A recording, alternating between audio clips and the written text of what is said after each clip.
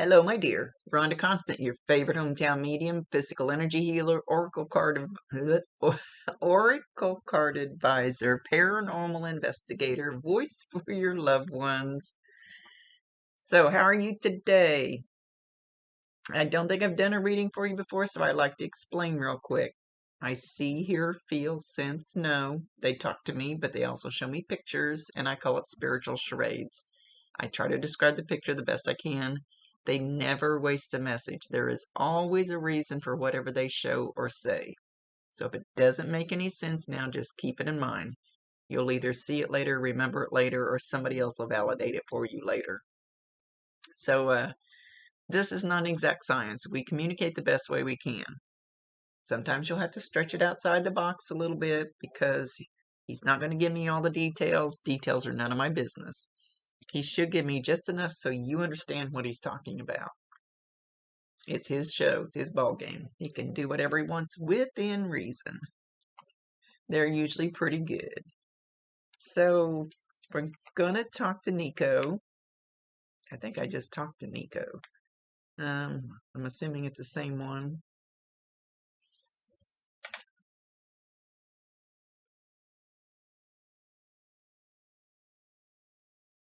Hang on a second. He's been kind of slow getting here. He's piddling along. He's walking in with his head down. He thinks you're disappointed in him. He didn't want to do anything to disappoint you. For that, he's sorry. He's telling you he's sorry. He did not mean to disappoint you.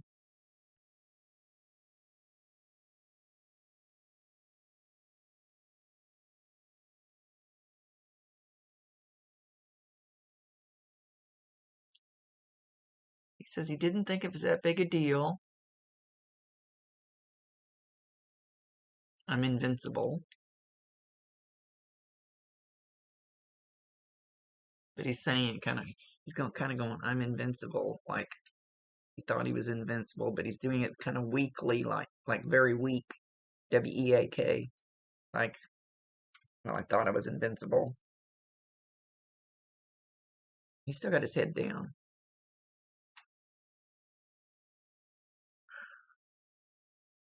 See if he's going to tell me why, because there's got to be more to it than that. I will say, when we get up there, this is not the way he's actually going to be feeling up there.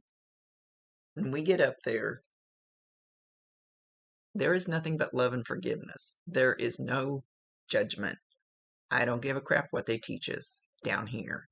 There is no judgment. We are met with angels and guides. We are loved. We are cleansed.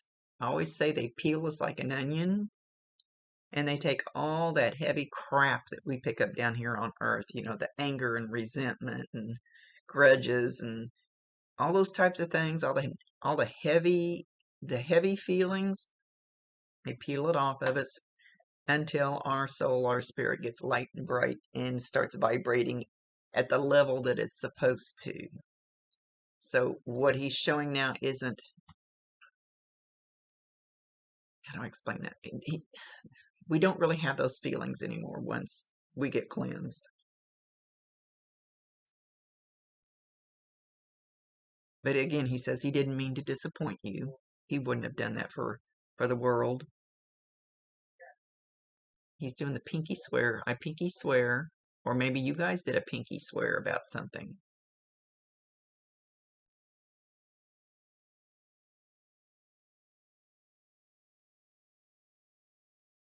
Now he's got a big smile on his face. He pulled his head up and he's jumping and he's like, this is how I feel.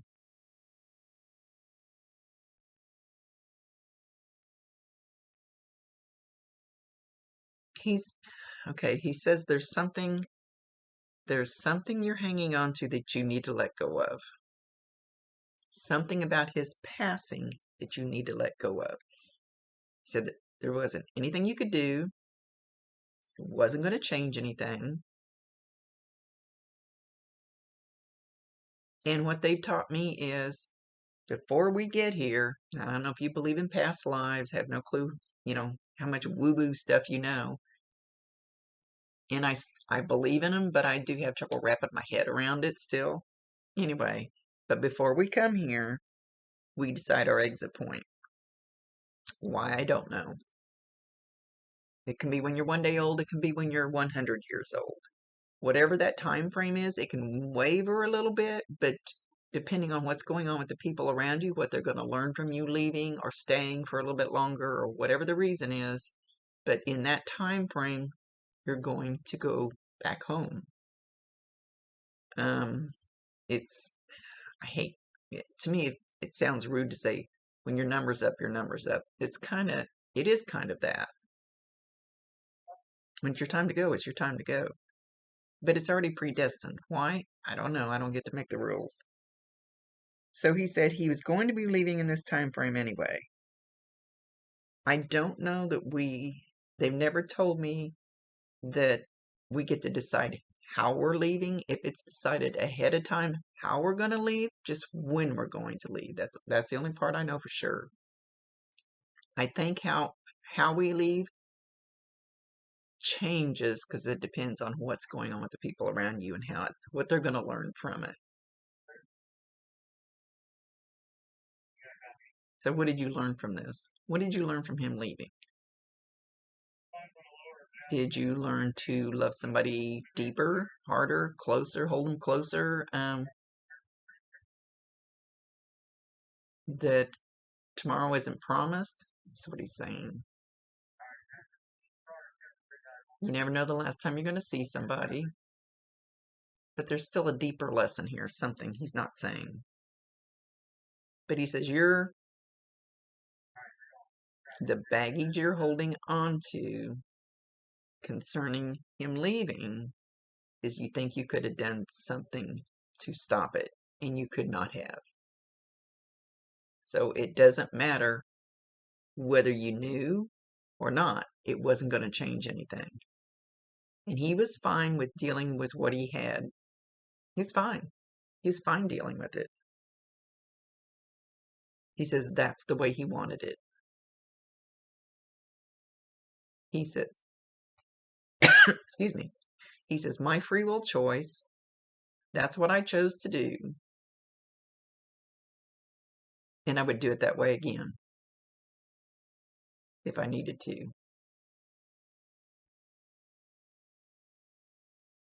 He didn't want people like falling all over him and bothering him, and he didn't want all the fuss.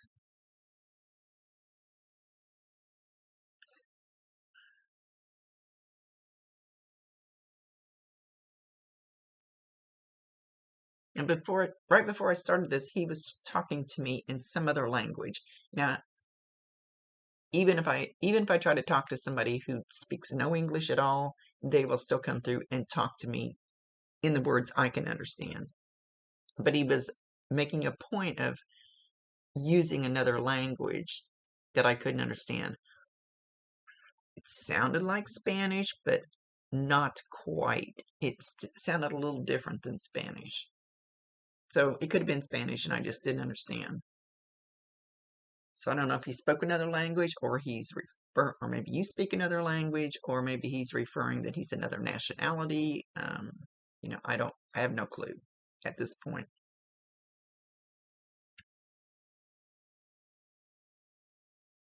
In my heart of hearts, you were my friend.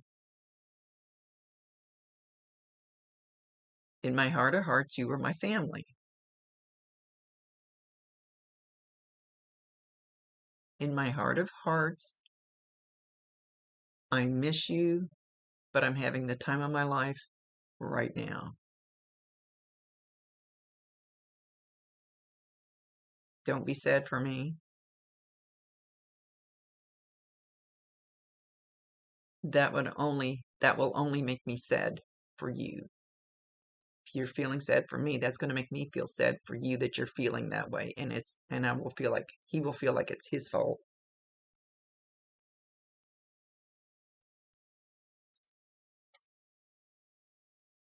He said, there is no sadness, there is no misery up here. We don't, he says, we don't have this stupid body to fail us. We leave that heavy thing back here. He goes, I don't need it anymore.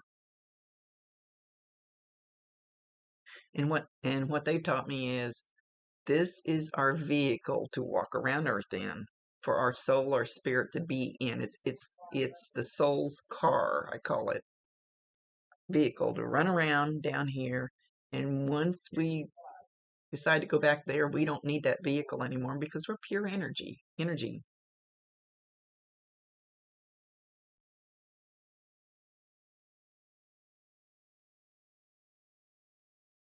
You need to take care of yourself. You need to eat better. You need to worry less. Somebody's, darn it, I keep getting choked up. I don't know if, did he pass of something that might have choked him? Or he might have been choked up in the end because I keep every so often having trouble swallowing and want to start coughing, which I cough a lot anyway, but this is different. The swallowing is different.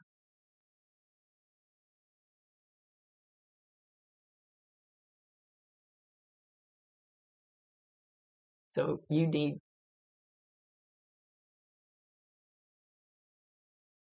to take better care of yourself so you, when you do leave, you leave on a healthy note and not on a bad note. I think he's talking about like um, you don't have some long lingering disease in the end. When we leave, wouldn't you rather it be quicker than something long and lingering?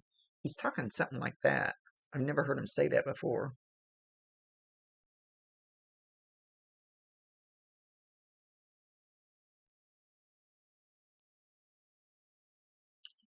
Get busy and make the decision you need to make. Something he knew about before he left. Some kind of decision, something about your life that you're teeter-tottering.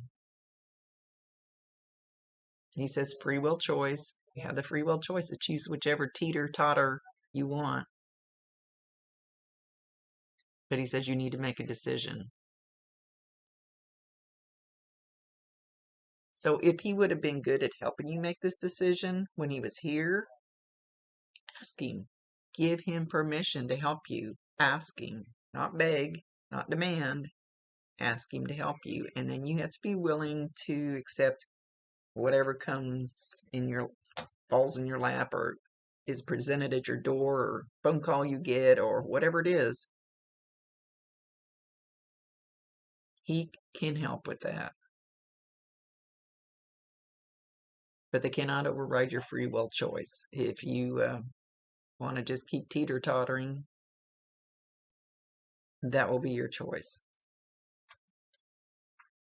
But he can help. I always tell people, if Uncle Joe didn't have a pot to piss in down here, don't ask Uncle Joe to help you with any financial decisions, because he didn't understand how it worked here. So whatever NEKKO would understand how it worked and be a really good help with if he was here, ask him for help with that now.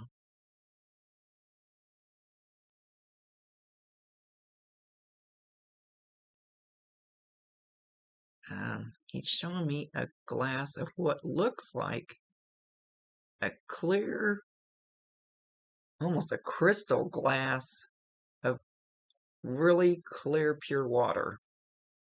Don't know why.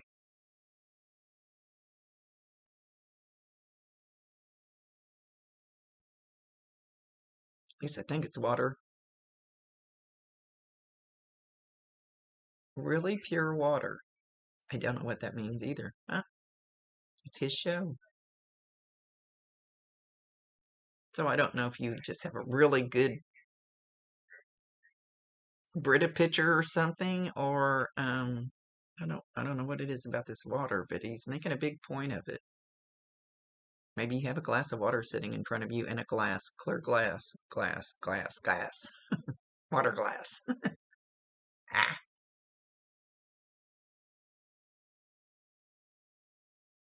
He says, know that you are deeply loved.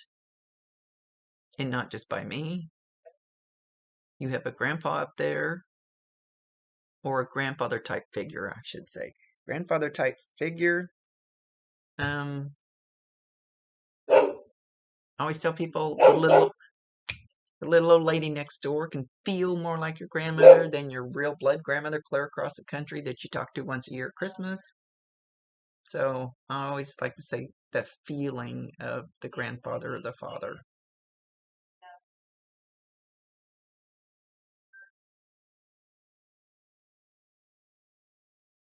He says you have plenty here to help if you just ask, but you have to ask. And what I find out works best, if you've got something that you're kind of pondering or something, write it down. Because my little squirrel brain, it's going like this all the time. My poor guides up there, they go, oh, make up your mind, Rhonda. Do you want blue, green, purple, white? What do you want? And so if I write it down, then they know where I want to progress to or what I want next. And you'd be surprised how it falls into your lap. But you can't change it every day. like my little wires in my head do. I drive my guides crazy.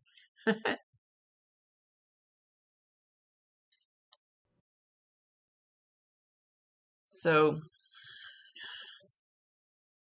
there's a strong smell of smoke. I'm not sure it's exactly cigarette smoke, but some kind of smoke. It's not like a house burning or campfire or anything. It's some kind of smoke. But I'm not sure it's cigarette. Anyway, it's something along that line. And you're going to smell this if you haven't already. And you'll get usually just a whiff of it. It can be like overwhelming, but usually it's just a whiff of it. And he'll do that when he's dropping in to say, I love you. I'm letting you know I'm here. So when you get that little whiff of smoke, and you can be in the store, you can be outside, you can be in your car, in your house, doesn't matter where you're at. Validate him, acknowledge him, tell him you love him, and ask him to bring you more signs if you want them. That's your free will choice. But let him know that that's him.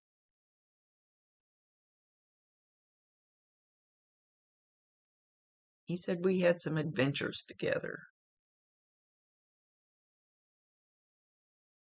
Maybe some things we shouldn't have done. And he says it kind of, I don't want to say catty, sly. I don't know which word to use the way he's saying it. Maybe some things we shouldn't have done, like, excuse me. He said, but all's good. All's fair in love and war. That's what he says. We're good to go. Know that I'm glad I had you by my side. I'm glad you were my partner in crime. And even if you weren't there physically, and I got to tell you about it later, you were still my partner in crime. You're a beautiful person. Just stay that way. Don't let people make you different. Be you.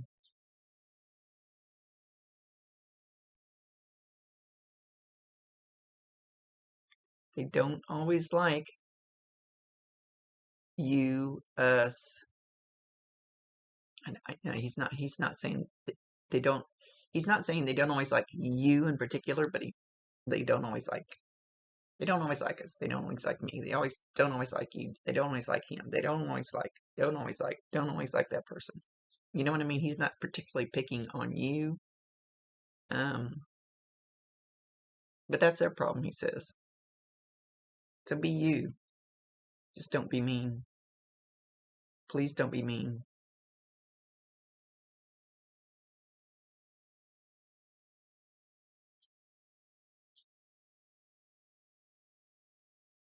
He's showing you beating your fist on the table like you're angry, like you're pissed off. So I'm assuming this is something you did after he passed.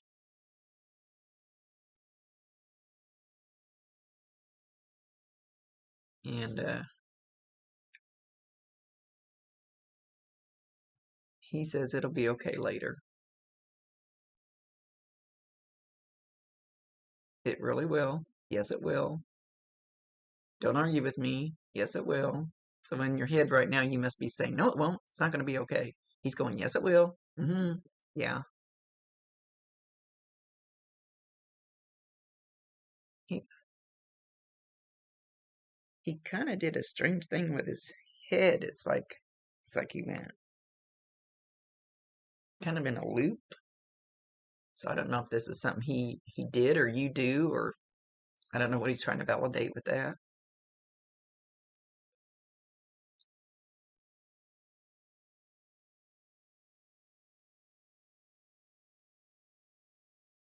Be careful where you go.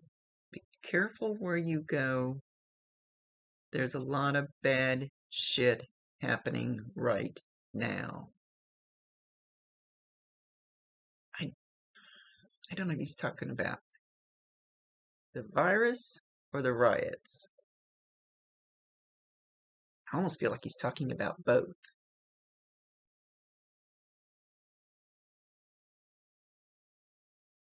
It's like when you go outside, you gotta duck. I don't know where you live. I don't creep anybody's Facebook page ahead of time because it messes up what little logical mind I have.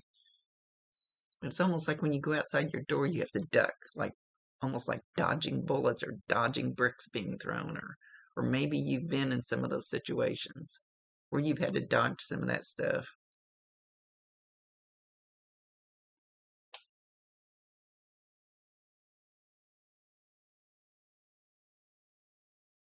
He says, don't worry about all those other people out there. They're maniacs. Just worry about yourself. Be cool, stay safe, get away from them.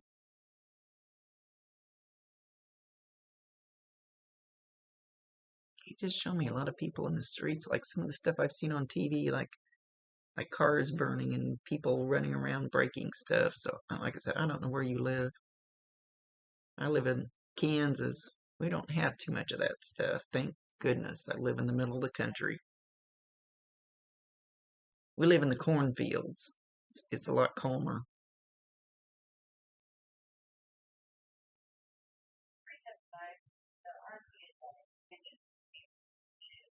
He says it would not hurt you to get some tourmaline. Okay. I don't know if you know anything about woo-woo stuff. Tourmaline. It's black crystal. You can buy a little chunk like this for $3, $5, $7 or something. I don't know. This was a gift to me by my Reiki master. Um, it has to do with keeping the negative energy off of you. I I carry I can never think of it. The purple one. I carry the purple one in my pocket at all times. Oops, I don't have it in my pocket. I don't know where it's at. Um, I wear tourmaline. And if you do get a little piece of it, and you can order it on, you can get it on Amazon for a few bucks. Go to YouTube and figure out how to cleanse it, how to put it out under the full moon or the sunlight, and kind of keep it around you. It does seem to help. Don't know why. I don't have to know how it works. I know that there's oxygen and air out there. I don't have to know how or why it works, but I know it's there. So it's the same thing. I don't have to know all the particulars. That's not my job. Anyway, he's suggesting that. So he said, just know that I love you.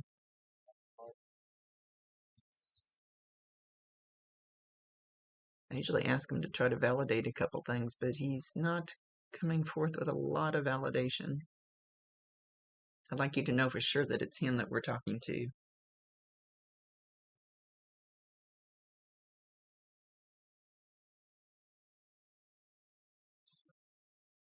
Okay, I'm getting a high ringing in my left ear. I don't think that's his energy though, because he's on this side. The ringing's on this side. So usually that's guides, archangels, something like that to me. The higher the screeching in my one ear at a time. I have tinnitus, so both ears ring. But if it's one ear and it screeches real high, it's a higher up energy like an archangel or something. The lower the screeching, the closer it gets to like our loved ones, their vibration. But I don't know why I'm getting that, but anything that happens to me during a reading is for you. So just keep that in mind, but I don't feel like it's him. But when you get that, pay attention to whatever's going on around you. Could be something being said on TV, it could be the song on the radio or the words being sung at that exact moment. It could be his name. Well, that would be an unusual name to see on a billboard, but could be something on a billboard that reminds you of him.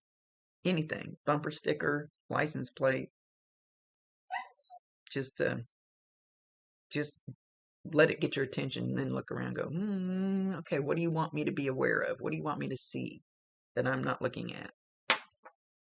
It's still screeching, but it's a lower pitched screech.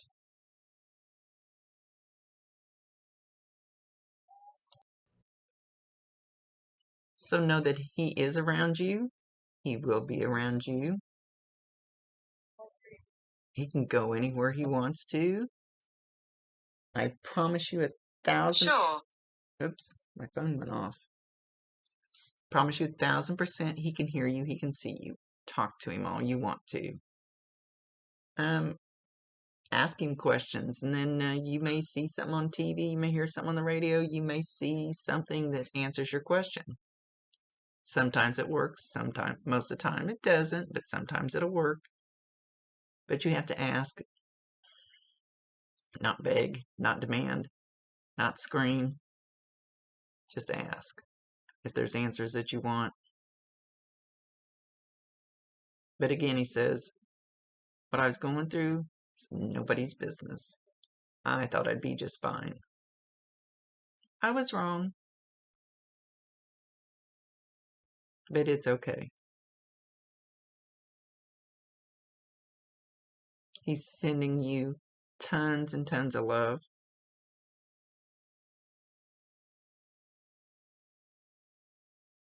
He appreciates some of the things you said about him at his funeral or service or whatever he had. And that doesn't mean you got up in front of the crowd and said it.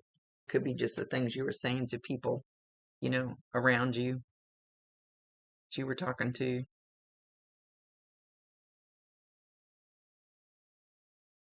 He says, just remember you're special, more special than you know. Every drop in the bucket is important to this ocean of earth down here. And you're one of the drops that needs to be there to make it work. That's kind of cool. With that, he's going to be leaving. He says, I'm not leaving. I'm still around. He's doing one of these signs. Is it this? I don't even know what this means. This or something like this. Is it this? Do it again. It's something like this, but it's not the middle finger. What the hell is it? Put your hand back up here. I don't know, but he's trying to make some kind of sign with his hand, and it's not the middle finger. So you'll surely know what that means. I'm sure it's something that he always did. Or maybe not always. Anyway, he's leaving. As he's walking away, he goes, I love you. I love you. He's kind of bebopping. Bebopping. He's got an earbud in one ear. I only see one ear anyway that he's got an earbud in. Jamming. He says he's jamming. Make life as happy as you can. Make life bright. Make life light.